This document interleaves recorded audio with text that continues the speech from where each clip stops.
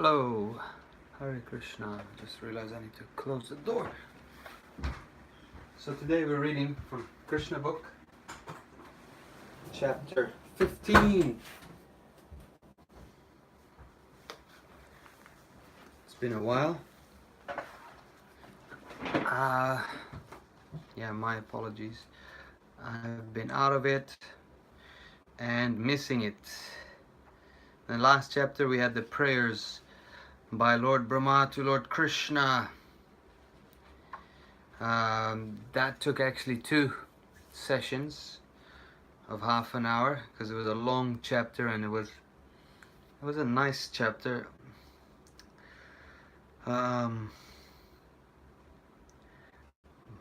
Brahma, he was telling Krishna, how foolish he was to take him for granted, to take him for not powerful, and Maharaj Parikshit continued to ask Sukadev Goswami. That was the reason why this chapter came about. My explanation was about Brahma stealing the cows, and that was the reason why it took 1 year for the boys to tell their parents about the Aghasura demon. And so now the killing of Dhenukasura, the killing continues, chapter 15. In this way, Sri Krishna, along with his elder brother Balaram, passed the childhood age known as Komara and stepped into the age of Pauganda from the 6th year up to the 10th. So, in this way, Krishna spent his 5 first years and now went into the 6th year to the 10th, which is called Pauganda. At that time, all the coward men conferred and agreed to give the boys who had passed their 5th year charge of the cows. Previously they were in charge of the calves. So, given charge of the cows, Krishna and Balaram traversed Vrindavan, the land with their footprints. Accompanied by the coward boys and Balaram, Krishna brought forward the cows and played on his flute through the forest of Vrindavan, which was full of flowers, vegetables, and pasturing grass. The Vrindavan forest was as sanctified as the clear mind of a devotee and was full of bees, flowers, and fruits. There were chirping birds and clear water lakes with waters that could relieve one of all fatigues. Sweet flavored breezes blew always, refreshing the mind and body. Krishna with his friends and Balaram entered the forest and, seeing the favorable situation, enjoyed the atmosphere to the fullest extent. Krishna saw all the trees, overloaded with fruits and fresh twigs, coming down to touch the ground as if welcoming by touching his lotus feet. He was very pleased by the behavior of the trees, fruits and flowers, and he began to smile, realizing their desires. Krishna then spoke to his elder brother Balaram as follows: "My dear brother, you are superior to all of us, and your lotus feet are worshipped by the demigods. Just see how these trees full of fruit have just bent down to worship your lotus feet. It appears that they are trying to get out of the darkness of being obliged to accept the form of trees. Actually, the trees born in the land of Vrindavan are not ordinary living entities. Having held the impersonal point of view in their past lives, they are now put into this stationary condition of life. But now they have the opportunity of seeing you in Vrindavan, and they are praying for further advancement in spiritual life through your personal association. Generally, the trees are living entities in the mode of darkness. The impersonalist philosophers are in that darkness, but they eradicate it by taking full advantage of your presence. I think the drones that are buzzing all around you must have been your devotees in their past lives. They cannot leave your company because no one can be a better or more affectionate master than you. You're the supreme and original personality of Godhead, and the drones are just trying to spread your glories by chanting every moment. I think some of them must be great sages, devotees of your lordship, and they are disguising themselves in the form of drones because they are unable to give up your company even for a moment. My dear brother, you are the supreme worshipable Godhead. Just see how the peacocks in great ecstasy are dancing before you. The deer, whose behavior is just like the gopis, are welcoming you with the same affection. And the cuckoos are residing in the forest. The cuckoos who are residing in the forest are receiving you with great joy because they consider that your appearance is so auspicious in their home. Even though they are trees and animals, these residents of Vrindavan are glorifying you. They are prepared to welcome you to their best capacity, as is the practice of great souls in receiving another great soul at home. As for the land, it is so pious and fortunate that the footprints of your lotus feet are making its body. Krishna continues, it's quite natural for these Vrindavan inhabitants to thus receive a great personality like you. The herbs, creepers, and plants are also so fortunate to touch your lotus feet. And by your touching the twigs with your hands, these small plants are also made glorious. As for the hills and the rivers, they too are now glorious because you are glancing at them. Above all, the damsels of Raja, the gopis, are the most glorious because you embrace them with your strong arms. In this way, both Lord Krishna and Balaram began to enjoy the residents of Vrindavan to their full satisfaction, along with the calves and cows on the bank of the Yamuna. In some places, both Krishna and Balaram were accompanied by their friends. The boys were singing, imitating the humming sounds of the drones and accompanying Krishna and Balaram, who were garlanded with forest flowers. While walking, the boys sometimes imitated the quacking sounds of swans in the lakes, or when they saw the peacocks dancing, they imitated them before Krishna. Krishna also moved his neck, imitating the dancing and making his friends laugh. The cows taken care of by Krishna had different names, and Krishna would call them with love. After hearing Krishna calling, the cows would immediately respond by mooing, and the boys would enjoy the exchange to their heart's content. They would also imitate the vibrations made by the different kinds of birds, especially the chakora birds, the peacocks, cuckoo, and bharadvajas. Sometimes, when they would see the weaker animals fleeing out of fear of the sound of a tiger and lion, the boys, along with Krishna and Balaram, would imitate the animals and run away with them. When they felt some fatigue, they would sit down, and Balaram would put his head on the lap of one of the boys just to take rest, and Krishna would immediately come and begin massaging the legs of Balaram. And sometimes he would take a palm fan and fan the body of Balaram, causing a pleasing breeze to relieve him of his fatigue. Other boys would sometimes dance or sing while Balaram took rest. Sometimes they would wrestle amongst themselves or jump.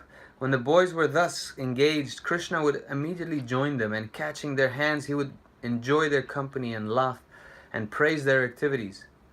When Krishna would feel tired and fatigued, he would sometimes take shelter of the root of a big tree or the lap of a coward boy and lie down. When he would lie down with a boy or a root as his pillow, some of the boys would come and massage his legs. Some would fan his body with a fan made from leaves. Some of the more talented boys would sing in very sweet voices to please him. Thus, very soon his fatigue would go away. The Supreme Personality of Krishna, of Godhead, the Supreme Personality of Godhead, Krishna, whose legs are tended by the Goddess of Fortune, shared himself with the coward boys as one of them, expanding his internal potency to appear exactly like a village boy. But despite his appearing just like a village boy, there were occasions when he proved himself to be the Supreme Personality of Godhead. Sometimes men pose themselves as the Supreme Personality of Godhead and cheat innocent people, but they can only cheat, they cannot exhibit the potency of God. While Krishna was thus engaged in exhibiting his internal potency along with the supermost fortunate friends, there occurred another chance for him to exhibit the superhuman powers of Godhead. His most intimate friends Sridham, Subal, and Stoka Krishna began to address Krishna and Balaram with great. His most intimate friends Sridham, Subal, and Stoka Krishna began to address Krishna and Balaram with great love and affection thus. Dear Balaram, you are very powerful. Your arms are very strong. Dear Krishna, you're very expert in killing all kinds of disturbing demons. Will you kindly note that just near this place there's a big forest of the name Talavan. This forest is full of palm trees, and all the trees are filled with fruits. Some are falling down, and some of them are very ripe, even in the trees. It's a very nice place, but because of a great demon named Dhenuka, it is very difficult to go there. No one can reach the trees to collect the fruits. Dear Krishna and Balaram, this demon is present there in the form of an ass, and he is surrounded by similar demon friends who assume the same shape of an ass. All of them are very strong, so it is very difficult to approach this place. Dear brothers, you are the only persons who can kill such demons. Other than you, no one can go there for fear of being killed.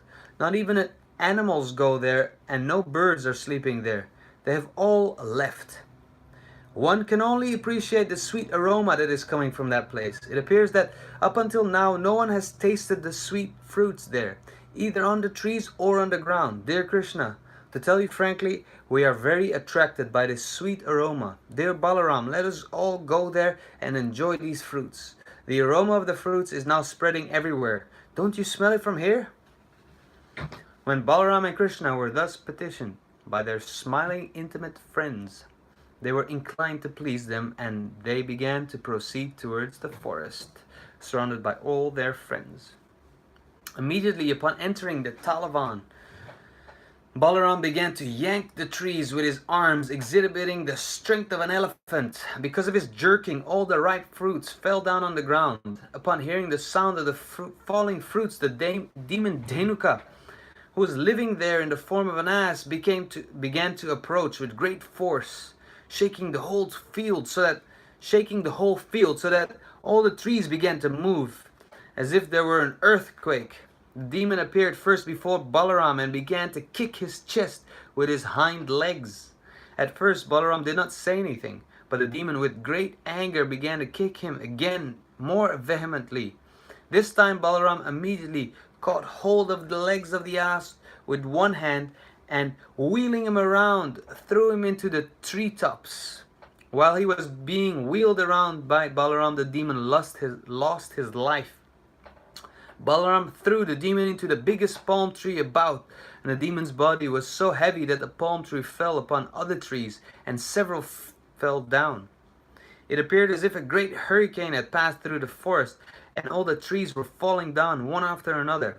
This exhibition of extraordinary strength is not astonishing, because Balaram, the Supreme Personality of Godhead, known as Ananta Sheshanag, who is holding all the planets on the hoods of his millions of heads, the whole cosmic manifestation is maintained by him exactly as two threads hold the weaving of a cloth.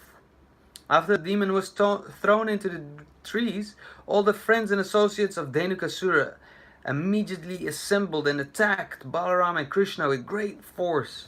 They were determined to retaliate and avenge the death of their friend, but Krishna and Balaram began to catch each of these asses. And guess what they did with the hind legs? By the hind legs, and exactly in the same way, wheel them around. Thus, they killed all of them by throwing them into the palm trees. Because of the dead bodies of the asses, there was a panoramic scene. It appeared as if clouds of various colors were assembled in the trees. Hearing of this great incident, the demigods from the higher planets began to shower flowers on Krishna and Balaram and began to beat their drums and offer devotional prayers. A few days after the killing of Dhenukasura, people began to come into the Talavan forest to collect the fruits, and animals began to return without fear to feed on the nice grasses grown there. Just by chanting or hearing these transcendental activities and pastimes of the brothers Krishna and Balaram, one can amass pious activities. When Krishna, Balaram, and their friends entered the village of Vrindavan, they played their flutes, and the boys praised their uncommon activities in the forest. Their faces were decorated with tilak and smeared with the dust raised by the cows, and Krishna's head was decorated with a peacock feather. Both he and Balaram played their flutes, and the young gopis were joyous to see Krishna returning home. All the gopis in Vrindavan remained very morose on account of Krishna's absence. All day they were thinking of Krishna in the forest or of him herding cows in the pasture. When they saw Krishna returning, all their anxieties were immediately relieved, and they began to look at his face the way drones hover over the honey of a lotus flower. When Krishna entered the village, the young gopis smiled and laughed. Krishna, while playing the flute, enjoyed the beautiful smiling faces of the gopis. Then Krishna and Balaram were immediately received by their affectionate mothers Yashoda and Rohini, and according to the time's demands, they began to fulfill the desires of their affectionate sons. Simultaneously, the mothers rendered service and bestowed benediction upon their transcendental sons. They very nicely took care of their children by bathing and dressing them. Krishna was dressed in bluish garments, and Balaram was dressed in yellowish garments, and they were given all sorts of ornaments and flower garlands. Being relieved of the fatigue of their day's work in the pasturing ground, they looked refreshed and very beautiful. They were given palatable dishes by their mothers, and they pleasantly ate everything. After eating, they were seated nicely on clean bedding, and the mothers began to sing various songs of their activities. As soon as they sat down on the bedding, they very quickly fell asleep. In this way, Krishna and Balaram used to enjoy Vrindavan life as cowherd boys. Sometimes Krishna used to go with his boyfriends and with Balaram, and sometimes he used to go alone with his friends to the bank of the Yamuna and tend the cows. Gradually, the summer season arrived, and one day, while in the fields, the boys and cows became very thirsty and began to drink the water of the Yamuna.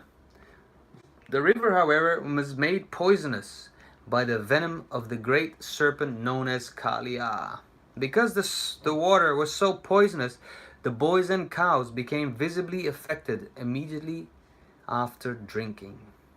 Yeah, because the water was so poisonous, the boys and cows became visibly affected immediately after drinking. They suddenly fell down on the ground, apparently dead. Then Krishna, who is the life of all lives, simply cast his merciful glance over them, and all the boys and cows regained consciousness and began to look at one another with great astonishment. They could understand that by drinking the water of the Yamuna, they had died, and that the merciful glance of Krishna restored their life. Thus, they appreciated the mystic power of Krishna, who is known as Yogeshwar, the master of all mystic yogis. Thus ends the Bhaktivedanta purports of the 15th chapter of Krishna, killing of Dhenukasura. So tomorrow we're going to have chapter 16, entitled Subduing Kalia. We just heard how he had poisoned the river Yamuna. Thank you and good night. Glad to be back.